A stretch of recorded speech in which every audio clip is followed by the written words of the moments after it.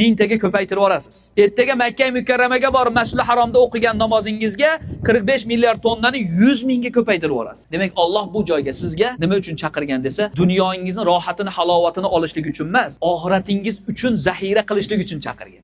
Kim janoza namozini o'qisa, unga bir qiyrat savobi bor. Kim borib mayyitni ko'mishlikkacha borib xizmat qilsa, unga 2 qiyrat savobi bor deganda sahobalar qiyrat nima ya Rasululloh deganda Uhud tog'ichalik savob deb aytganlar. Bizlarga 4 takbirni aytib o'qiyotgan har bitta janoza namozimiz uchun hojona hojata 45 milliard tonna og'irligiga teng bo'lgan Uhud tog'ichalik savob yoziladi. Bu qachon xursand qiladi bilasizmi? Mezonga, Allohning mezoni tarozisiga borib turganimizda xursand qiladi. 45 milliard tonnalik savoblar qo'yilyapti. Qayerdan bu desangiz, hojona O'zbekistonga borgandan keyin balki janoza namozi o'qiy olmasligingiz mumkin. Chunki jamoatga chiqilmaydi. Lekin bu Madina va Makka sizlar uchun, onalarimiz uchun bir fursat. Ham janoza namozi o'qiyapsizlar. Ana shu 45 milliard tonnalik ajr tarozingizga qo'yilib turgan paytida sizni ko'zingiz quvonadi. Bu 45 milliard tonna hojota O'zbekistonda o'qiganingizda beriladi.